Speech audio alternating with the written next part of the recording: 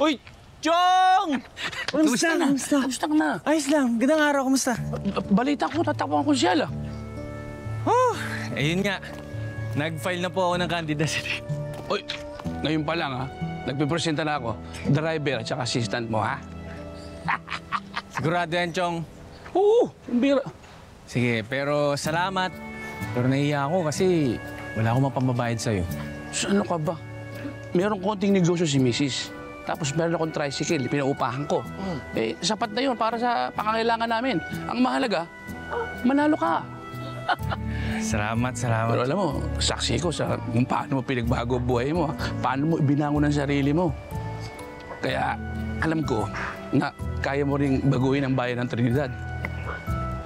Sana nga. Kung papala rin, salamat po. Oo. Unti-unti nang natutupad at naayos ang buhay mo, Sir Victor. Asawa na lang ang ulang. Ang tagal mo na mag-isa, no? Ay, Chong, huwag kang mag-alala. Dadating tayo dyan. Yan, ang sinasabi ko. Dapat. Actually, Chong, may pangalan na siya. Aba, meron na nga. Ang pangalan niya, Isabel. Uy. Tapos, nakilala ko siya sa palengke. Alam mo ba, ang bait niya. Pero ang pinakagusto ko sa kanya, may prinsipyo sa buhay.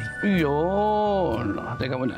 Baka mo lang pwedeng pakilala mo sa akin nang makilatis natin yan. Chong naman! Bilis naman yun! Biro lang. Ikaw naman, no? Mambira, kung sino man yung napupusuan mo, igalang mo at respeto. Nasa edad ka na eh. Ano mang hirap, basta may katuwang, makakayanan mo yan. Salamat, Chong. Ikaw pa ba?